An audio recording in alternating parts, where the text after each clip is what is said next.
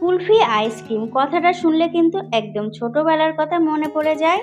আর এই কুলফি আইসক্রিমের টেস্ট কিন্তু অন্য সব আইসক্রিমের থেকে একটু আলাদা। আর এই কুলফি আইসক্রিম কিনতে এখন আর দোকানে যেতে হবে না, বাড়িতেই কিন্তু তোমরা পারফেক্ট ভাবে বানিয়ে ফেলতে পারবে। কিভাবে বানালে তোমরা বাড়িতেই পারফেক্ট ভাবে রেসিপিটা বানাতে পারবে, সেই রেসিপিটাই আজ তোমাদের সাথে শেয়ার করব। তো নমস্কার বন্ধুরা, কেমন আছো তোমরা সবাই? আশা করি তোমরা সকলেই খুব ভালো আছো। আর আজকে আমার রেসিপি কুলফি আইসক্রিম।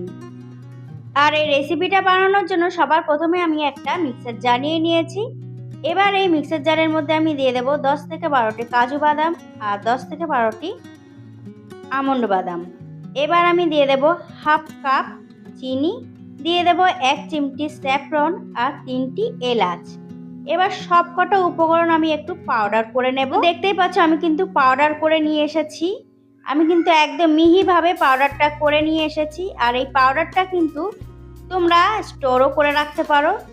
আর এই পাউডারটা দিয়ে কিন্তু তোমরা আইসক্রিম ছাড়াও মিল্কশেক বানিয়ে নিতে পারবে। এই গরমে ঠান্ডা ঠান্ডা মিল্কশেকও কিন্তু দুর্দান্ত লাগে। কিছুই না, দুধের সাথে এই পাউডারটা মিশিয়ে কিন্তু ঠান্ডা ঠান্ডা পরিবেশন করতে পারবে। এবার ওভেনে একটা সসপ্যান বসিয়ে দেব। আর এই সসপ্যানের মধ্যে আমি দিয়ে দেব হাফ লিটার ফুল ফ্যাট দুধ। এখানে কিন্তু তোমরা গরুর দুধটাও দিতে পারো, কিন্তু ফুল ফ্যাট দুধ দিলেই কিন্তু সব থেকে বেটার হবে। এবার আর কিছুই না, দুধটা আমি খুব ভালো করে ফুটিয়ে নেব। আর হ্যাঁ, এখানে আমি আরেকটা কথা তোমাদেরকে জানিয়ে দিচ্ছি, আমি কিন্তু এখানে 2 রকমের বাদাম ব্যবহার করেছি। তোমরা কিন্তু চাইলে যে কোনো একটি বাদাম ব্যবহার করতে পারো। আর দেখতেই পাচ্ছ কথা বলতে বলতে কিন্তু দুধটাও খুব ভালোভাবে ফুটে উঠেছে। এবার আমি এর মধ্যে 3 থেকে 4 চামচ পাউডারটা দিয়ে দেব। একবারে কিন্তু আমি সবটুকু পাউডার দেব না, প্রথমে আমি 2 থেকে 3 চামচ দিয়ে দেব, তারপরে একটু নাড়াচাড়া করে আরও 2 থেকে 3 চামচ দিয়ে দেব। একবারে যদি সবটুকু পাউডার দিয়ে থাকো সেক্ষেত্রে কিন্তু পাউডারটা দলা হয়ে যেতে পারে, এটা কিন্তু একটু খেয়াল রাখতে হবে। দুধটা কিন্তু হাতা দিয়ে নাড়াচাড়া করতে করতে পাউডারটা খুব ভালো করে মিশে গেছে। আর তোমরা নিশ্চয়ই দেখতে পাচ্ছ দুধের সাইডে যে মালাইগুলো পড়ছে, আমি কিন্তু ওই মালাইগুলো তুলে দুধের সাথে মিশিয়ে দিচ্ছি। আর দুধটা জাল দেওয়ার সময় কিন্তু এই ব্যাপারটা একটু খেয়াল রাখতে হবে, মালাইগুলো কিন্তু দুধের সাথে মিশিয়ে দিতে হবে। আর দুধের কালারটাও দেখতেই পাচ্ছ চেঞ্জ হয়ে গেছে, কারণ আমি স্যাফরন ব্যবহার করেছিলাম, সেই জন্যই কিন্তু দুধের কালারটা চেঞ্জ হয়ে গেছে। আর দুধটাও কিন্তু একদম গাঢ় হয়ে গেছে। আমি একটু হাতা দিয়ে তুলে তোমাদেরকে দেখিয়ে দিচ্ছি, দুধটা কিন্তু অনেকটাই গাঢ় হয়ে গেছে। এবার আমি গ্যাস ওভেনটাকে অফ করে দেব। তারপরে যতক্ষণ না দুধটা ঠান্ডা হচ্ছে ততক্ষণ আমি দুধটাকে এভাবেই রেখে দেব। আর দুধটা যাতে খুব তাড়াতাড়ি ঠান্ডা হয়ে যায় সেই জন্য আমি এরকম একটা বড় বাটিতে ঢেলে নিয়েছি। তারপরে হাতা দিয়ে তোমাদেরকে তুলে আমি একটু দেখিয়ে দিচ্ছি দুধটা কতটা পরিমাণে গাঢ় হয়ে গেছে। এবার একটা মিক্সির জার নিয়ে নিয়েছি, আর এই দুধটাকে আমি মিক্সির জারের মধ্যে ঢেলে দেব পুরোটা। তারপরে আমি 30 সেকেন্ড মতন মিক্সির জারটাকে একটু ঘুরিয়ে নেব। তো আমি ঘুরিয়ে নিয়ে চলে এসেছি, আর আমি কাছ থেকে তোমাদেরকে দেখিয়ে দিচ্ছি। দেখতে পাচ্ছ দুধটা কতটা পাতলা হয়ে গেছে আর উপরে কতটা ফেনা ফেনা তৈরি হয়েছে। এবার আর কিছুই না, আমি এরকম একটা মোল নিয়ে নিয়েছি, আর এই মোলের মধ্যে আমি হাতায় করে দিয়ে দেব।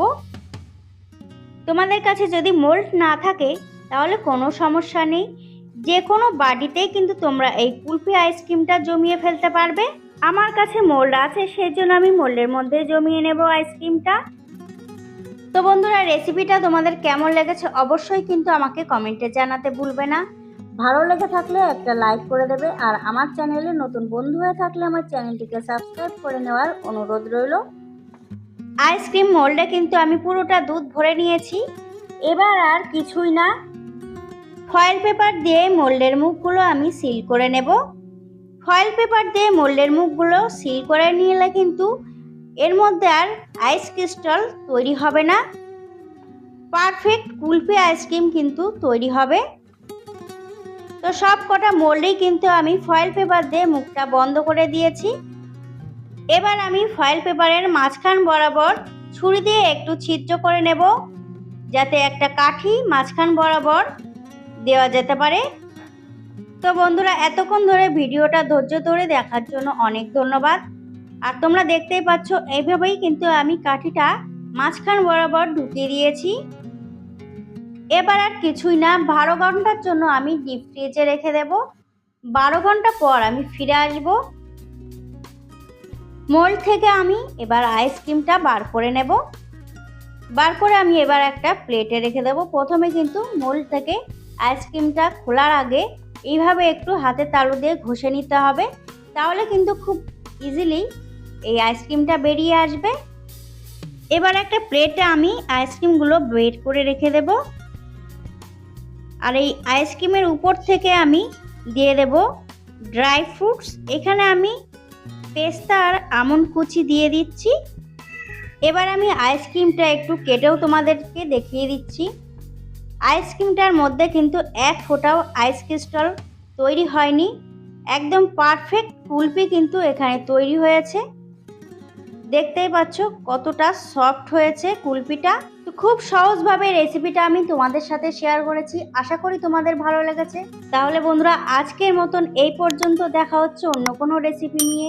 ততক্ষণে সবাই ভালো থাকবে, সুস্থ থাকবে। নমস্কার।